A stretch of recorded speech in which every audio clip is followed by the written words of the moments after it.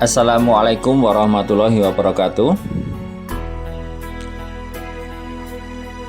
Perkenalkanlah, nama saya Hari Cahyanto SPD, guru SMP Negeri 2 Teras, CGP Angkatan 8 Kabupaten Boyolali. Pada kesempatan kali ini saya akan menjelaskan tentang tugas A.1.1.6 demonstrasi kontekstual tentang pemikiran Ki Hajar Dewantara mengenai filosofi pendidikan dan implementasinya di sekolah. Bapak Ibu guru hebat yang saya hormati, perlu kita ketahui bahwasanya pemikiran Ki Hajar Dewantara terkait dengan pendidikan itu kalau kita lihat ada 4 macam.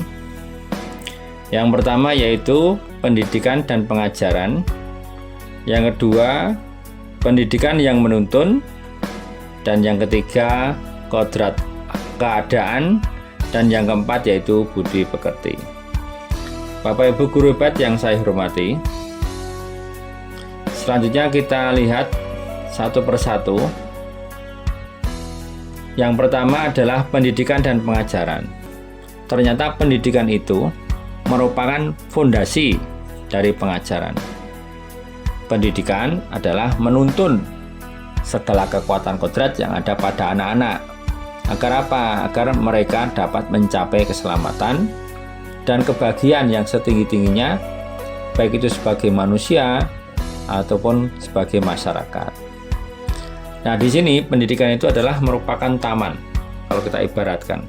Sedangkan pendidik adalah petani. Kemudian murid itu adalah tanamannya. Jadi kalau ada seorang murid yang mereka itu mempunyai ciri tertentu, maka harus kita kembangkan. Ya, kita kembangkan ciri tertentunya itu atau minatnya itu. Suatu contoh, kalau kita ibaratkan sebuah tanaman, kalau itu tanaman jagung, maka harus kita ubah atau kita kembangkan bagaimana tanaman jagung itu bisa berkembang dengan baik. Kalau itu tanaman kedelai, ya kita ubah tanaman kedelai itu bagaimana bisa tumbuh dengan subur, ya, dengan baik, dengan optimal. Mestinya kita tidak mengharapkan tanaman jagung akan menjadi tanaman kedelai yang baik. Jadi jagung biarlah menjadi jagung yang baik, dan kedelai biarlah menjadi tanaman kedelai yang baik. Untuk berikutnya, ya, filosofi Ki Hajar Dewantara yang kedua yaitu tentang kodrat keadaan. Ya, kita ketahui bahwasanya kodrat keadaan itu meliputi kodrat alam dan kodrat zaman.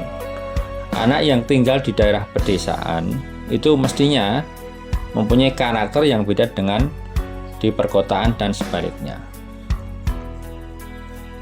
Nah, hal ini merupakan kodrat alam.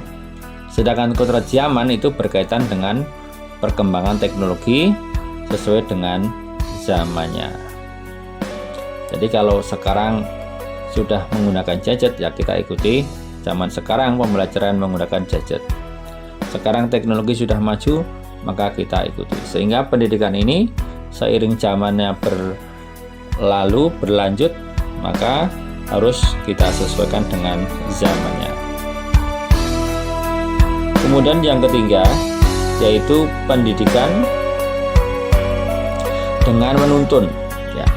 Jadi tugas pendidik itu adalah sebagai guru yang tugasnya nanti akan menebalkan garis-garis yang samar-samar. Nah, mestinya yang samar-samar ini kita cari kemampuan yang baik-baik saja, sedangkan kemampuan yang memang kurang baik, ya itu kita hapus. Jadi dalam hal ini guru itu menuntun anak didik untuk mengembangkan bakatnya dan juga minatnya. Kita kembangkan kemampuannya, ya, sehingga nanti akan tumbuh menjadi pribadi-pribadi yang baik. Untuk berikutnya yaitu pendidikan dengan budi pekerti. sebagai seorang guru, pendidik harusnya itu mengimplementasikan pembelajaran yang menjunjung nilai-nilai budi pekerti. Seperti misalnya semboyan yang sangat dikenal oleh Ki Hajar Dewantara, itu kan ada 3. Yang pertama adalah ing ngarsa sung tulodo, ing madya mangun karso, tut wuri handayani. Di depan itu harus memberikan contoh, kemudian di tengah harus membangun semangat. Jadi kita sebagai guru harus seperti itu, dan di belakang kita harus memberikan dorongan. Bapak Ibu semuanya, dari beberapa hal yang saya paparkan tadi, kesimpulan daripada Ki Hajar Dewantara yaitu bahwasanya pendidikan itu berorientasi pada murid atau kepada peserta didik atau kepada anak. Bapak Ibu yang saya hormati,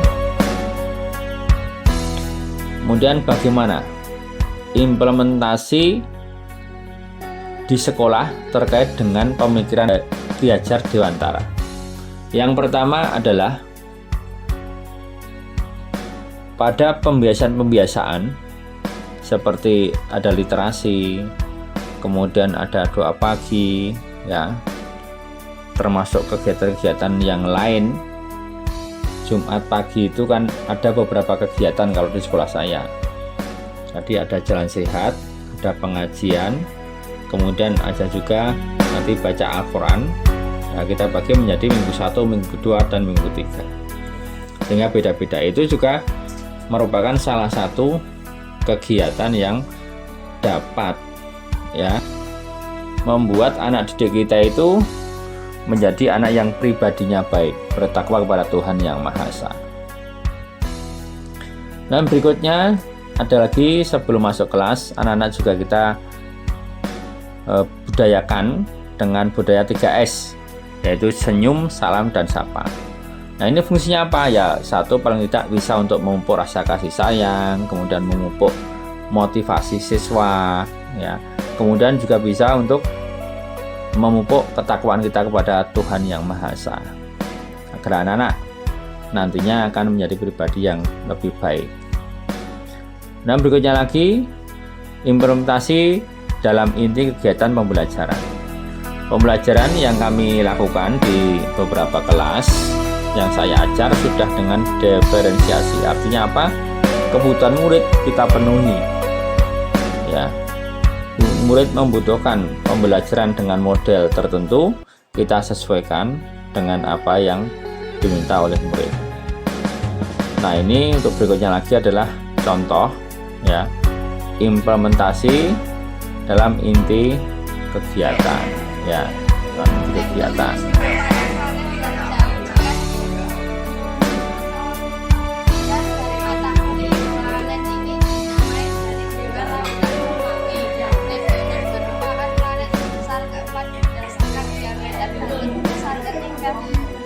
Berdasarkan masa naik turun kata 17 kali lebih besar daripada bumi dan sedikit lebih kecil dari planet.